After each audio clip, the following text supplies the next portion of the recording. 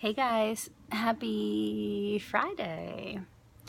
Renee here from FoodHealing.org. I was having a little bit of morning coffee and thought that it would be a great time to check in with you on where I am at days 5 and just going into day 6 of,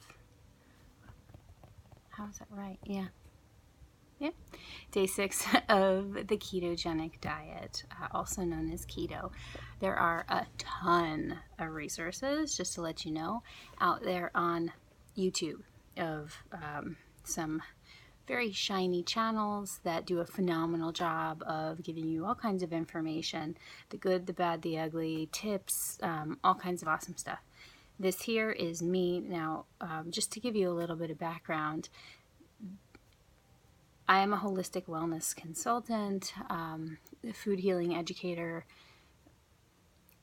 basically eating real food, natural food, and how do foods work, which foods work to help correct, balance, or maintain different elements of your health, your immune system, all that stuff.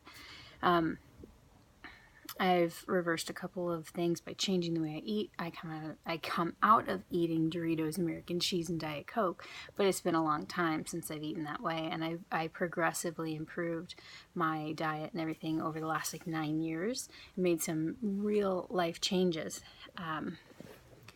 but going all the way back to when the Atkins first came out, that and Weight Watchers were like the last plans I did, and I've stayed away from anything with the word diet at the end of it. And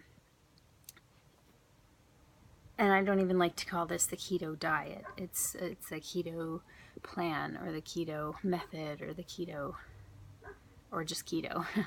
The word diet has a lot attached to it. But so this is my journey in discovering exactly, what differentiates keto from Atkins, how can it easily be fit into a healthy lifestyle in terms of my perspective on healthy stuff, which includes not just macronutrients and micronutrients, but also phytochemicals and things like that. So plant nutrients, the medicinal kind, the very, very small, the enzymes and anthocyanins and all of that stuff. So I'm old school holding the phone, so I'm sorry for the little bit of shakiness. Also, how do I feel? What's my overall health after? According to my opinion, living in my body, not an outside test. So, if you're wondering about the headband, by the way, this belongs to my stepdaughter, and I was getting something out of the garage, and it was in the bin, so I just threw it on. So, first things first, I have a net weight loss so far of 3.25 pounds. Of course, again, I think a lot of that's fluid release and inflammation decrease, which is fine because that was adding weight. So when you take it off, it's still losing weight. Not necessarily losing fat, but I am not convinced that I have a massive amount of fat to lose. I mean, there's a decent amount, but I'm not big. I wear, in most things, in most adult sizing, I wear a size 6 right now. But some of that stuff's snug, and also it's very up and down. So there's deeper issues besides weight that I'm interested in correcting that relate to digestion and the way my body processes food and my hormone balance. So anyway, that's phenomenal. I did my measurements today. I did not do my measurements when I first started out. So as I track my inches lost, that will be based in comparison to today, which is day 6. A couple of observations real quick, and then I'm going to get to coffee. A couple of observations that I've made. If I eat high protein early in the day, it makes it very difficult to manage the rest of my meals, like my balance of my macros, to keep that ratio in check. Also, if I eat too early, that makes it difficult. And I do appreciate intermittent fasting, which makes it easier to remain in a calorie deficit and also goes easier on your organs when you wake up and you slowly come out of it. And it's a method that's getting a lot of clout these days. What else? What else? What else? There was one more thing. Oh, the mind. The mind. So, I know that I have touches of obsessive thoughts. I don't have full-blown OCD, or if I do, I don't need like outside help for it. I've never taken medication for it or gone to therapy for it or destroyed my life because of it. But my mind does sort of fixate on things, which makes plans like this very, very good for me because I have structure and something to follow, and I can be very precise with it.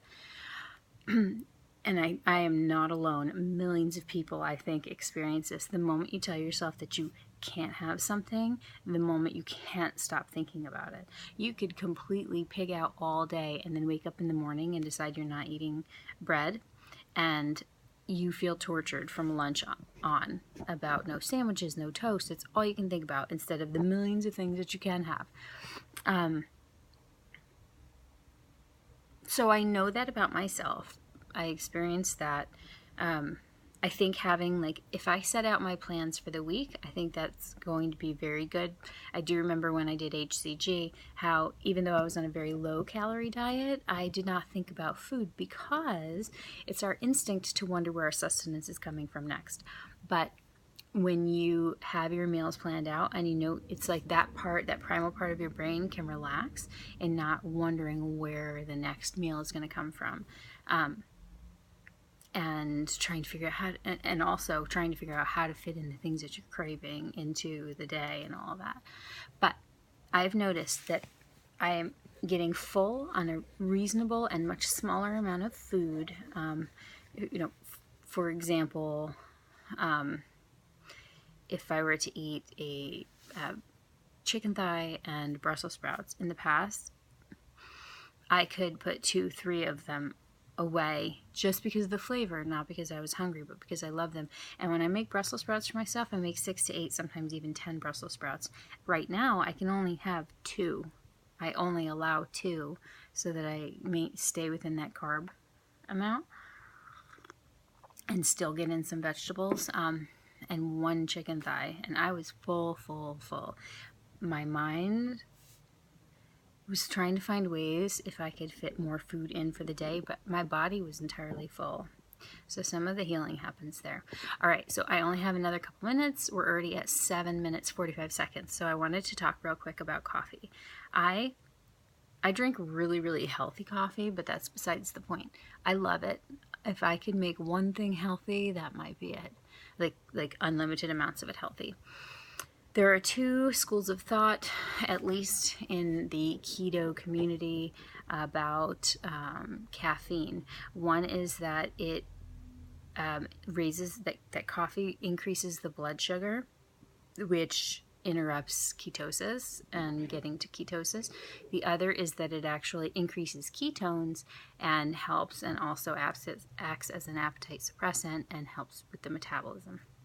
So which one is it? That's a big deal.